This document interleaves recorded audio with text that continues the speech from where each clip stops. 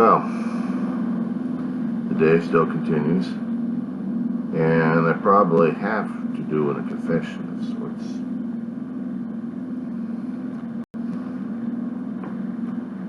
Hard as hell to say it, especially trying to sound to be a little humiliated about it, humbled, and sometimes you just have to be, especially with information that I keep passing off that I think is right. Some of it may or may not be.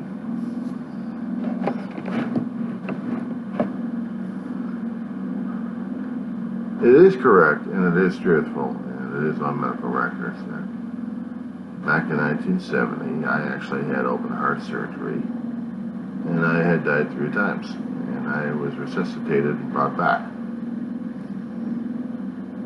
What wasn't explained a little further into the story, though. My brother was born. He was born into a turbulent times where I wasn't quite sure what the hell was going on. And kind of left him up a little messed up. But the one thing that didn't change him inside was being a good person. And the essence of being a good brother. Especially someone who discovered that down the road he was going to have a younger brother to look after, which put him into the most responsible job ever. He's the first brother. He's the firstborn.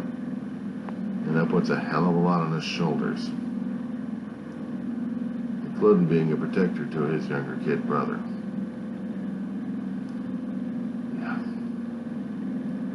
I gave my brother a hell of a lot of grief over the years sometimes. Of course, he gave me a hell of a lot of grief too. But what family doesn't do that to each other? What siblings don't do that to each other? Especially the ones who are trying to be closer to each other down the road when we needed to be each other the most. I'm grateful for that, and so is he. So when he left this world, it left a hell of a hole in my heart. It was one thing David was trying to prepare me for Ma's passing. But even he wasn't ready for the damn thing. I know he wasn't.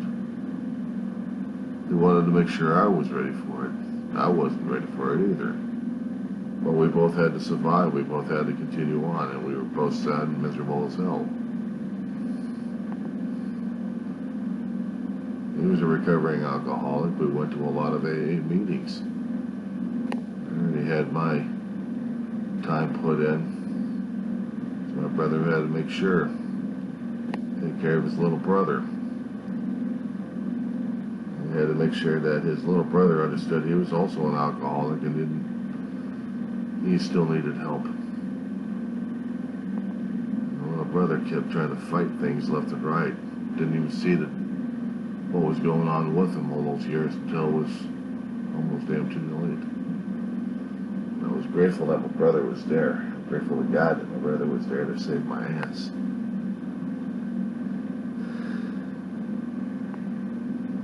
He helped get me into the AA.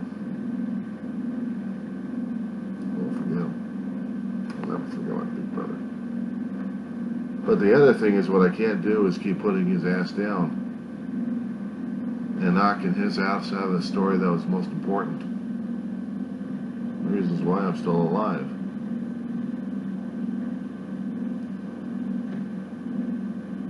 When I was born, sickly, he kept trying to see how I was doing, and sometimes I wasn't aware of what the hell was going on. I'd yell and scream at unfamiliar faces. I wasn't familiar with my brother's face at the time. I just wasn't.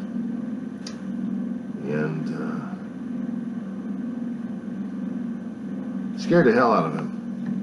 Every time we kept screaming and yelling at him, Mom and Grandma kept telling him to stay the hell away from me for a while. It must have gnawed at him, must have got on his case, but he still felt responsible. He still felt Big Brother still got to watch after him, regardless of how he's being treated. That was his job.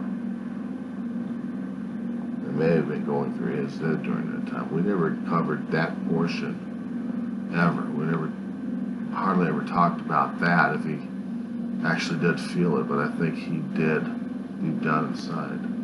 I have to believe in that. Because all the shit that we've been pulling ourselves through in our adult lives had to be some kind of kernel of where that essence came from. I was grateful for that. Forever grateful. The thing that made the surgery happen, this is why God kept sending me back down again, is because He knew how much I mattered to my big brother and to Ma and Grandma and to a lot of people, but maybe He saw something else down the road, or maybe it was just the letter itself that motivated God to save my ass for some reason or another. Because I was selfish and self-conscious enough. I wanted back in heaven. I didn't want to stay down there. I was having enough problems as it is. God had other plans. It just has a problem communicating that with His children sometimes. Sometimes they have to discover it by themselves. Maybe with a little coaxing here and there, a little prodding here and there, and pushing an instance here and there. Maybe they'll find it, maybe they don't, but when you get a plea coming up, save his ass, because you have a lot of people thinking about him and wanting this person alive. He does respond. At least in my case. My brother wrote a letter to the doctor. He was afraid. He was really afraid he'd lose me, and I don't think he realized how much I meant in his life. Somehow he knew. Somehow he knew. Because he asked the doctor, please spare my life. Save my life, actually. Somewhere buried in the stuff I have right behind me is the letter. In a steel box. One of the most important things out there. And my brother passed off that letter to the doctor, and the doctor, one time before the surgery happened, passed it off to Ma. Or maybe it was afterwards, I don't know. But it meant everything. Because my brother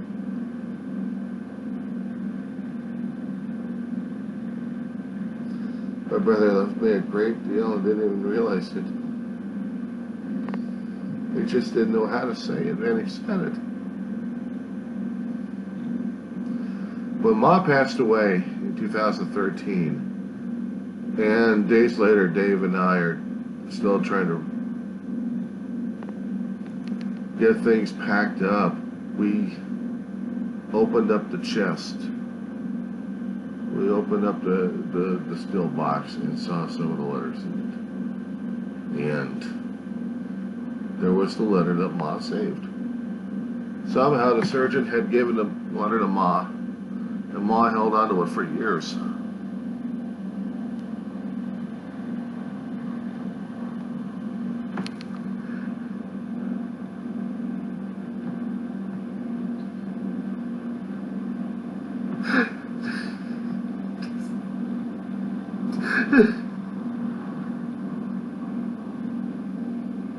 Things like this, it makes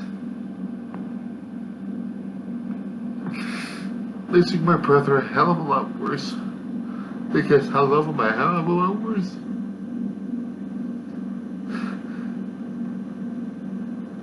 We saw this, we had what I'm going through right now. I mean, we shed tears, but losing my brother was losing everything that mattered to me. I know Mom mattered to me, but I never realized that it gets worse and worse sometimes. that my brother was the best part of me. He was the most important part of me. He was my biggest fan. That was his. The hardest damn thing is to wake up in the morning and realize he's not there anymore. The hardest thing to do every single day is to wake up and just to live. Remember, share the stories. Talk about the family. Talk about him. Talk about Ma. Just talk. Just talk. Just get the stuff out. Because you never know what sacrifices that the other family members make until it's nearly too late when you discover them, and it hurts a great deal. It hurts a great deal. My brother had gone through a hell of a lot growing up as a kid. Ma was still trying to find a place to live. They had moved from Texas and they moved all the way over to California. Actually, I moved back over to Utah, Hiawatha, and then moved out to Oakland to live with Aunt May for a short time. Then moved down over to Bell, where Ma's sister and stepbrother were living. Aunt Rainey, Uncle George, and the girls. The oldest being Tony Ray, second Georgie Lynn, third Terry Lee. And while Ma was trying to find a place suitable to live elsewhere within the Southland, including the San Fernando Valley, it was the closest places. But she still had to have a job. She had to live alone for a short time, and she did. And Dave had to go to school. So he went with the girls over to the local schools. He got real close to him. Tony Ray became like a sister to him. Georgie, not so much. Terry, avoided my brother and everybody else like the plague. She was a very hard young lady to get to know. She still is for a cousin.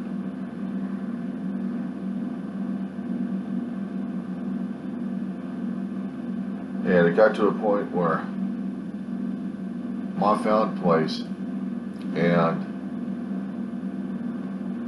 had a secure job, and it was going to take my brother back. And Uncle George and Aunt Rainey wanted my brother. They were willing to adopt him. Even Grandma would have said yes because he was in a stable enough environment. I said, no, he's mine, he's coming with me. She had to fight the family on this one. Eventually she won. Lived out temporarily in Huntington Beach, actually in Huntington Park until I was born. A couple of years later moved over to San Fernando Valley actually. And worked different jobs, but she was still trying to be stable enough. And David was learning how to be a big brother. The hard way. There's no other way forward but to be in the hard way. That was. My brother still wanted to get close to his younger brother. I don't know what the hell was wrong with me during that time. I don't know why I screamed and yelled at him. To this day, there is no memory of telling me why I did that to my big brother.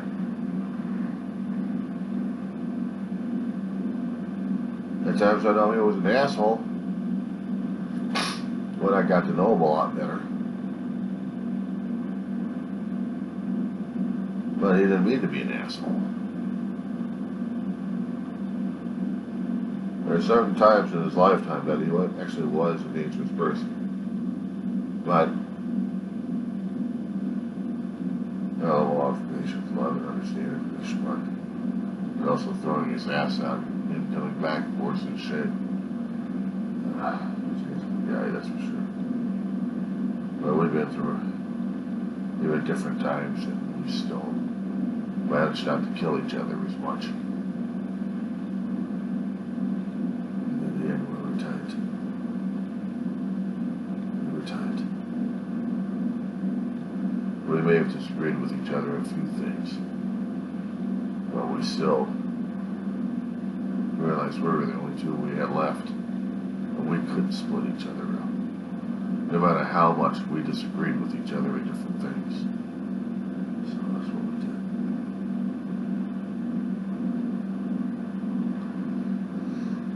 And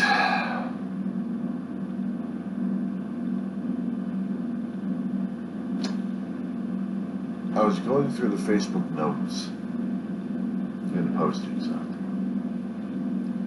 there. Sometimes a few postings will trigger memories, trigger feelings that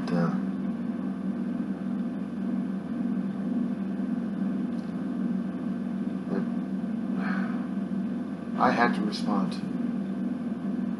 But it also makes me look back at what I previously responded to and then realize what I have said and done. And understand that I may have pointed God in a different villainous light sometimes. He really wasn't a villain. Still not.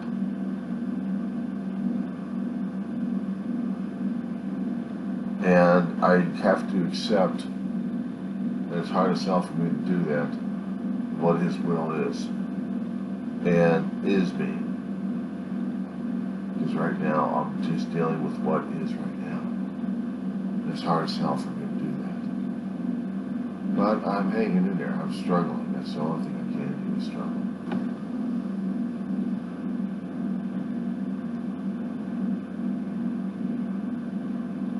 But that struggle, without understanding why, without pouring through the emotions and scrubbing out the images and then finding the real reasons why. It just it's meaningless. I have to go through processes. This is one of the processes. And the memory of my brother writing a letter to a doctor that my mother managed to obtain from the doctor and saves it all this time. Without even letting us know about it. I mean, we've been through that damn box so many damn times. It's not even funny.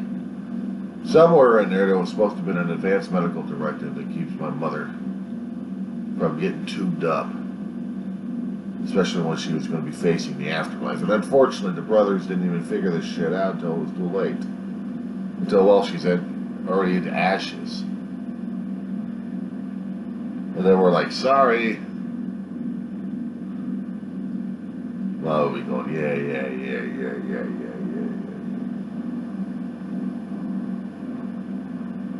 Account on YouTube. We're like, afraid of Mama's wrath coming down upstairs. Wait until you get up here, boys. Yeah, my turn's coming up. Dave's probably going, oh, goody, I get to get him first. No, you don't. I get him first. Ah, come on, Ma. Just one little. No, that's my job. So that's something I have to look forward to. I could try making a joke at the situation over here just to get the humor off. But the emotions are still raw at this point where I'm still trying to fight the urge of going weepy again. But there's nothing wrong with going weepy on camera and smoking over here, especially when I feel the overwhelming urge to do so. And I'm still struggling with what I've got right now as it is. I know that I owe my family a great deal, and I owe God more. There's no question about that. I just wish there's nothing I can do to make it up. Except to deal with the things I've got right now as it is. And even for me, it's going through school and taking care of that.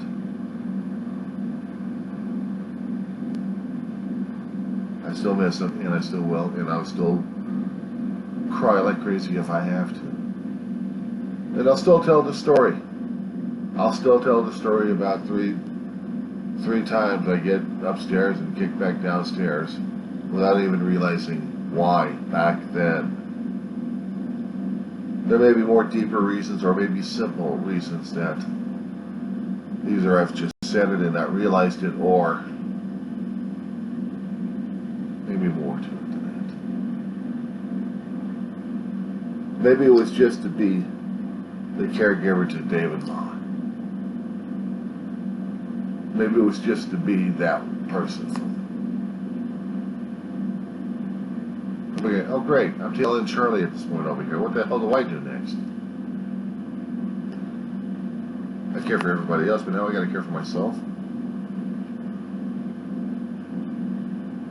And every time I keep thinking about this damn thing, I keep thinking about the prodigal son.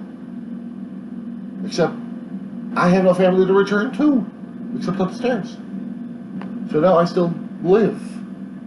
I still wake up. I still nap and I still wake up. I still eat. I still poop. I'm still going to school at this point over here.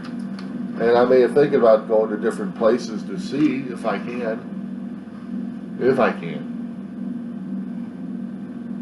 I still have to get back on the rail. You know, if it's just going down to the station just to have fun. What's having fun? I don't know. Just looking around. I haven't done that to myself in a while. But I know that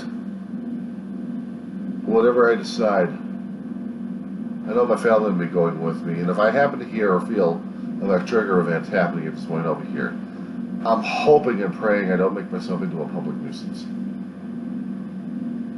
I have a dignity to keep. I have my self-respect. I like to keep a little bit of humility and a little dignity and a little humbleness. It's one thing to be honest and be truthful. But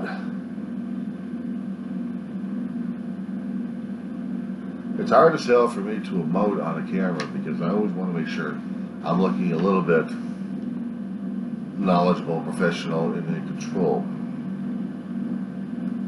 There have been other times I haven't been.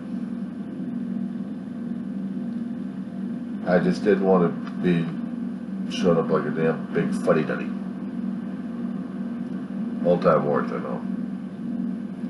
I don't know what the new slang is these days. I really don't give a flying fuck.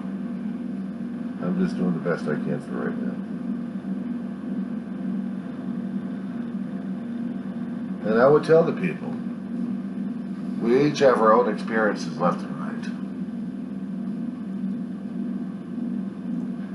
And until you tell me that you too at a young kid's age that had been kicked back from heaven just because you were told that it wasn't your time yet. And maybe you could tell me that God had a reason to keep your ass alive. Maybe actually he told you, put you with a valuable mission in life, that you have to complete this at the age of whatever it is, or by the time of this age. Put the real pressure on your ass. Something. I mean, I feel like I've got the topper thing here to tell people left and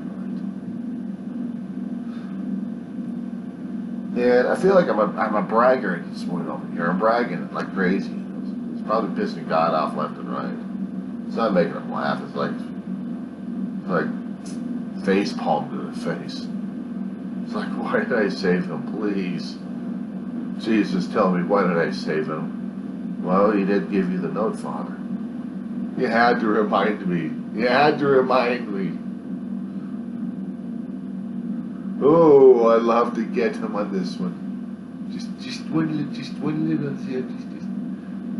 happening, yes. You could do that, but there might be consequences. Well, you're no fun. Just one little step, just no one's gonna be looking. I'm the Almighty. All I gotta do is just one little seven, yes, everything. One little electronic shock in there. Just one little slap upside the head. We just arranged that, just a little bit of a physical blow. Not too much. Not too little. Just enough force to tell him, knock the shit off!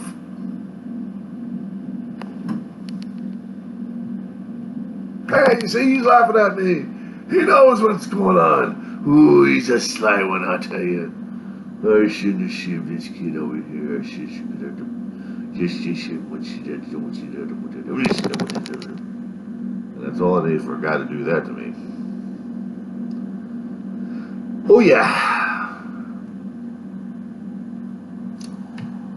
Meanwhile, the day still continues. It's still dragging its ass. Making me a little bit more time to do stuff or not. See what happens. But I needed to get this stuff out, and I needed to get the clarifications. Because I may have colored God wrong in a hell of a lot of my recordings and a lot of things I posted out to a lot of people. And I just need to get it clarified one way or another that he does have a reason. He just never tells us what the hell's going on. Until the damn thing happens, and we're probably looking at him like, this is it? Yeah, this is it. Uh-huh. You got a problem with that? Let me get back to you on that one. Yeah. I get back to you on that one.